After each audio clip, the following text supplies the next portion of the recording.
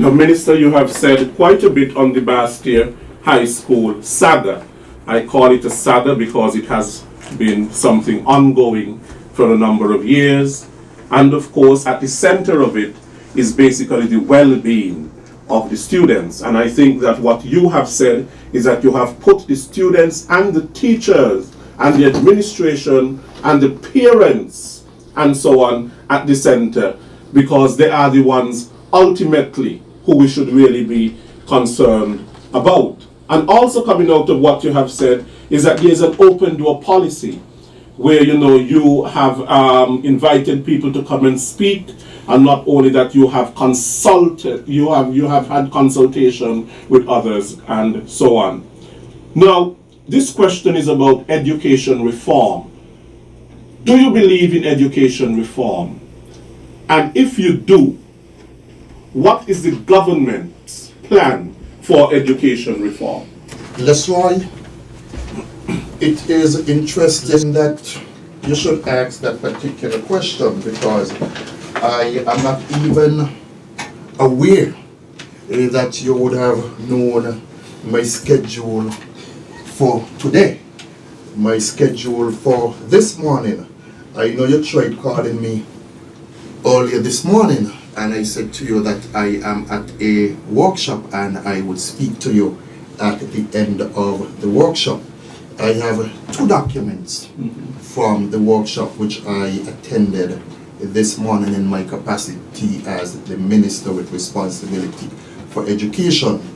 The first one says education sector diagnosis, and the second one is UNESCO education policy review, St. Kitts and Nevis.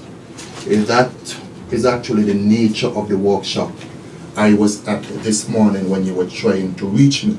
So even as we speak, the participants, and when I say the participants, I'm referring to teachers from both St. Kitts and Nevis, representatives from UNESCO, administrative officials from the Ministry of Education, representatives from the Teachers Union, the St. Kitts Nevis Chamber of Industry and Commerce.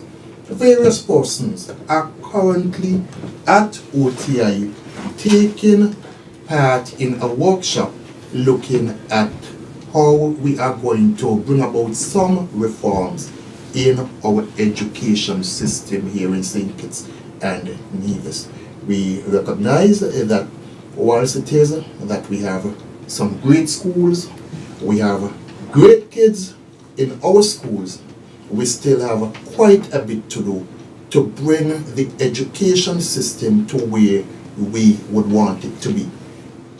Let us also recognize that education is not stagnant.